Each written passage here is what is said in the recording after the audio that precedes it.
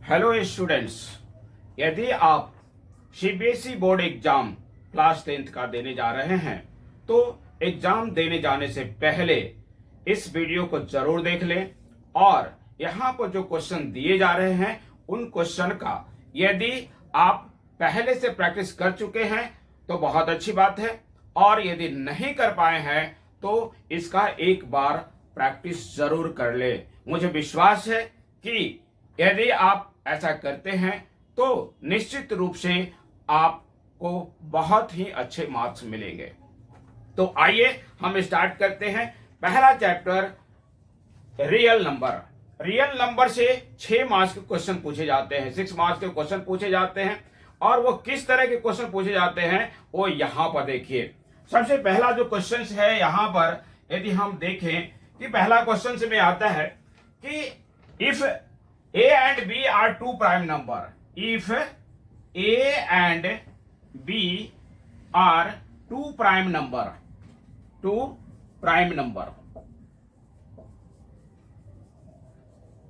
then यदि A और B दो प्राइम नंबर है तो ACF AB जो होगा वो 1 होगा। और एलसीएम यदि पूछा जाता है यहां पर एलसीएम ए बी तो होगा आपका ए इंटू बी, यानी जो नंबर्स होंगे वो दोनों को हम मल्टीप्लाई कर देंगे तो वहां पर एलसीएम हो जाएगा। तो इसमें एचसीएम भी पूछा जा सकता है, एलसीएम भी पूछा जा सकता है। दूसरी तरह से यहां पर दूसरा जो क्वेश्चन है यहां कि ACF of the smallest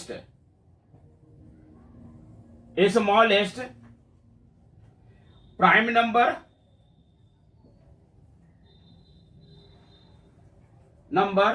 and the smallest composite number.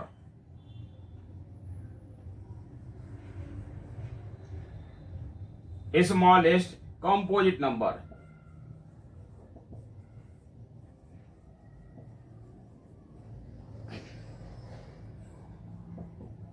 ACF of the smallest prime number and the smallest composite number. यदि ऐसा पूछा जाता है तो आपको पता है कि स्मॉलेस्ट प्राइम नंबर 2 होता है और स्मॉलेस्ट कंपोजिट नंबर 4 होता है।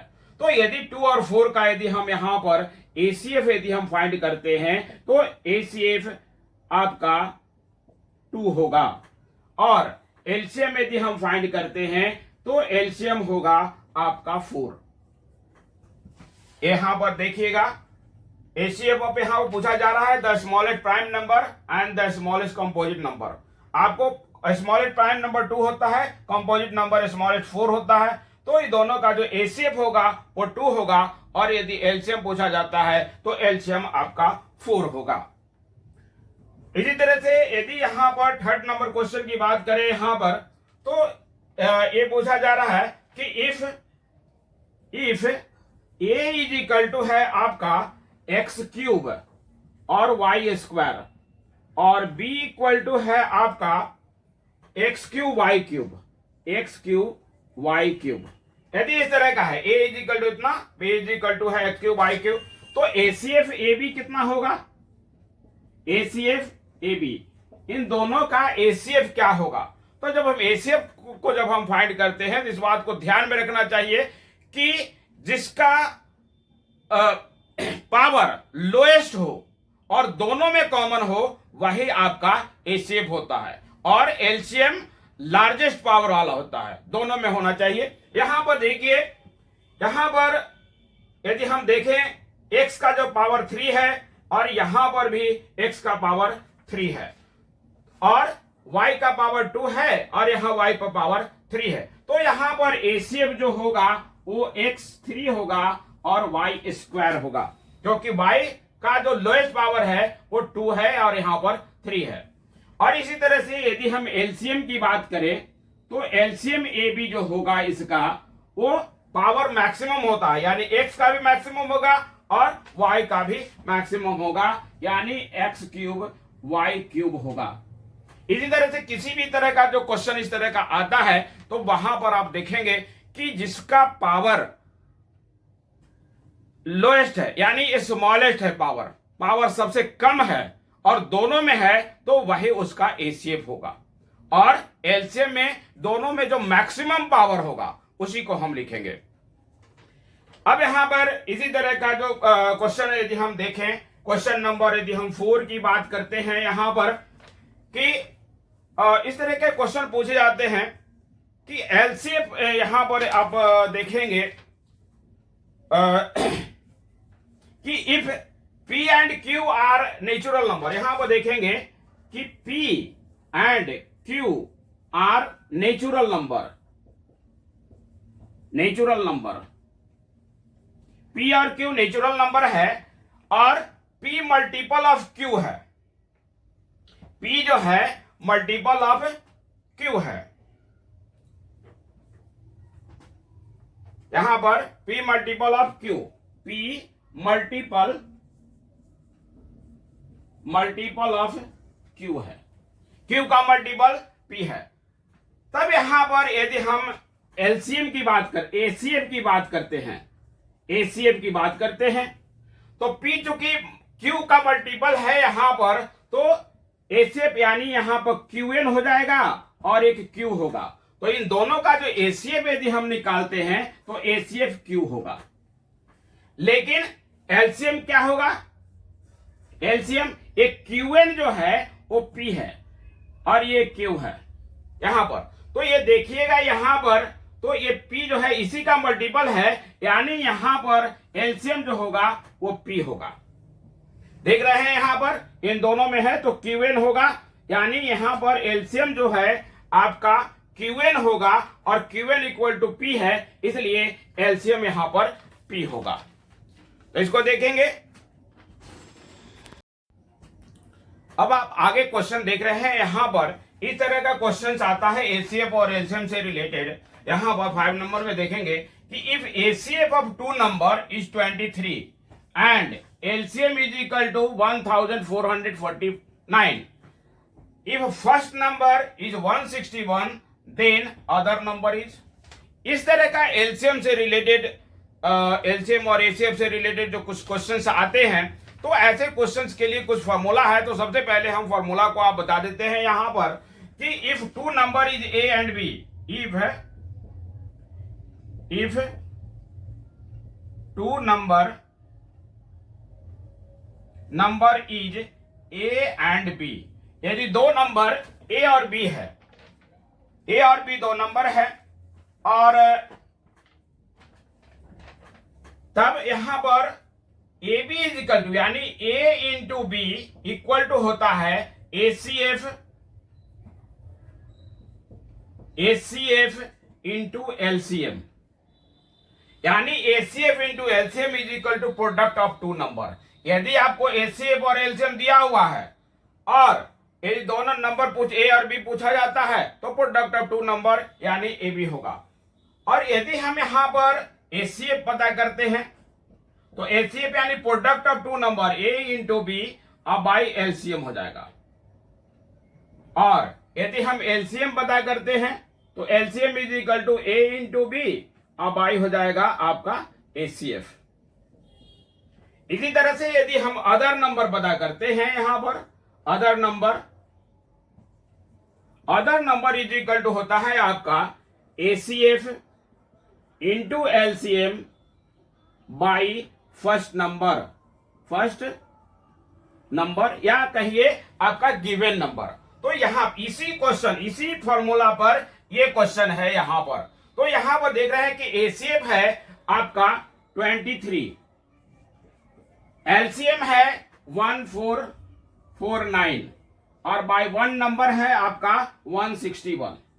वहां पर 23 से काट देंगे 7 टाइम और इस 7 से काटेंगे 2 और 0 7, यानी other number is equal to हो जाएगा आपका 207। यही होगा अदर नंबर और यही आंसर होगा। तो इस तरह के जो क्वेश्चंस आते हैं वहां पर कभी अदर नंबर पूछा जाएगा, कभी जो है आपका 2 नंबर दिया हुआ होगा या प्रोडक्ट ऑफ 2 नंबर दिया होगा एलसीएम दिया होगा और एचसीएफ पूछा जाएगा। कभी जो है प्रोडक्ट ऑफ टू नंबर और एचसीएफ दिया होगा और एलसीएम नंबर पूछा जाएगा। कभी जो है आपका एचसीएफ और एलसीएम दिया हुआ रहेगा और कहा जाएगा कि बाकी ए और बी क्या होंगे। तो यहां पर एचसीएफ और एलसीएम जो है ये ए और बी, ए बी का प्रोडक्ट होगा। आगे हम लोग देखते हैं यहां पर कि LCM is always divisible by HCF. LCM हमेशा एचसीएफ से डिविजिबल होता है।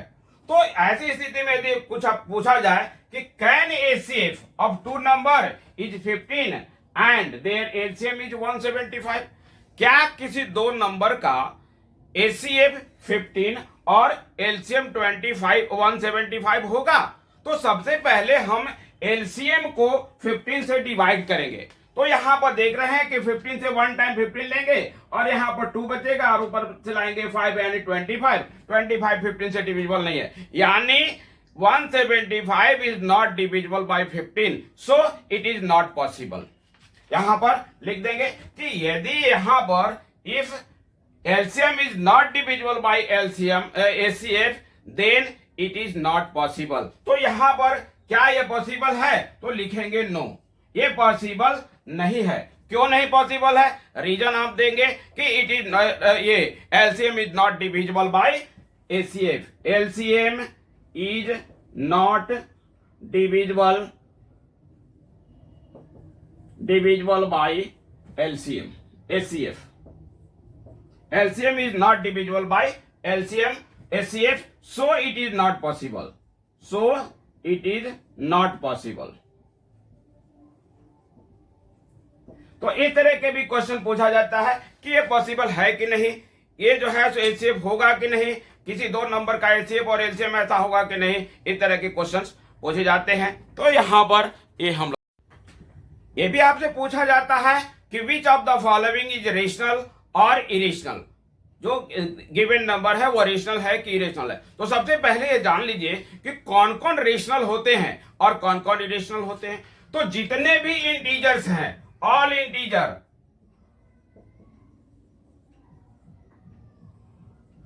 इंटीजर्स, जितने भी इंटीजर्स हैं वो सभी के सभी रेशनल हैं। इसके बाद टर्मिनेटिंग, जैसे मान लीजिए 2.34 है और इस पर रिकरिंग है, तो ये भी रेशनल नंबर है। यहां पर 24 है, रिकरिंग है। यहां पर 5.364 है और 64 पर रिकरिंग है। यहां पर 4 पर रिकरिंग नहीं, 2.34 है, यानी ये टर्मिनेटिंग है। ये नॉन टर्मिनेटिंग है लेकिन रिपीटिंग है, यहां पर रिकरिंग है, तो ये भी आपका रेशनल नंबर है। इसके बाद आप देखेंगे कोई फ्रैक्शनल नंबर, जैसे 3/5, 4/6, ये सभी जो है सो फ्रैक्शनल नंबर है, वो रेशनल होते हैं। इसके बाद टर्मिनेटिंग नंबर्स, इसमें जो है देखिएगा, जैसे मान लीजिए 3 है और 2 है और यहां पर 4, 2, 4, 2, 4 इस तरह का ऐसे ऐसे जा रहा है, तो ये नंबर्स भी जो है सो रेशनल होते हैं। पाई का वैल्यू 22/7, ये रेशनल नंबर होते हैं, 22/7। लेकिन यहां पर इरेशनल कौन होते हैं? यहां पर ये देख लेंगे, ये सारे के सारे नंबर जो हैं सो रेशनल नंबर आते हैं, लेकिन इरेशनल कौन होते हैं? जिसके अंदर यदि रूट है और वो परफेक्ट नहीं है।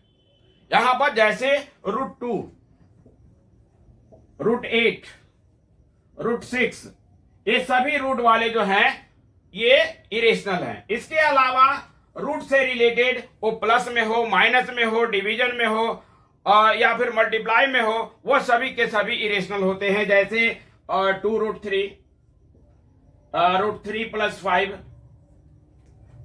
2 - √6, 1/3√4, यहां पर देखिए 3√2, यहां पर देखिए ये सभी के सभी जो है आपके इरेशनल हैं। इसके अलावा पाई, ये इरेशनल हैं।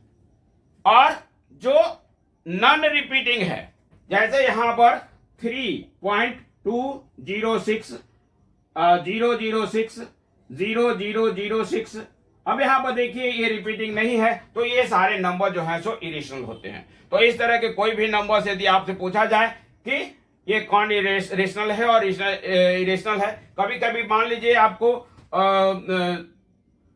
देखने के लिए, आपको चेक करने के लिए ऐसा भी दे दिया जाएगा कि क्यूब रूट 8 ये रेशनल है या इरेशनल है।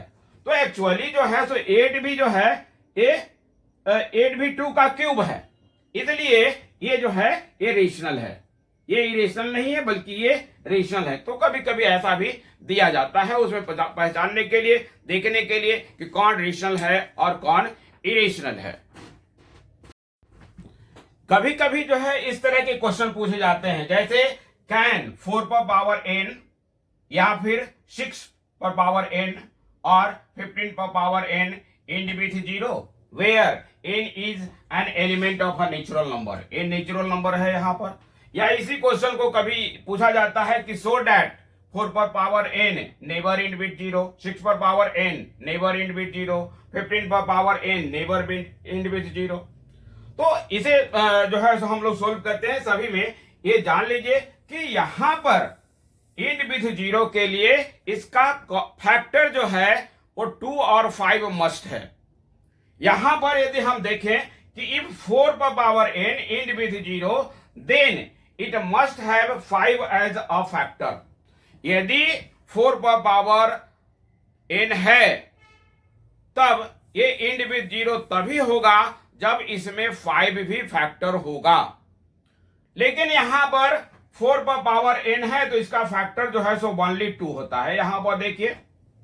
और bye fundamental theorem factor of each number is unique. यहां पर फंडामेंटल थ्योरम से फैक्टर किसी भी नंबर्स का फैक्टर जो है सो यूनिक होता है। सो 5 is not so 5 is not factor of 4 पर पावर n। hence 4 पर power n never end with 0, never end with 0।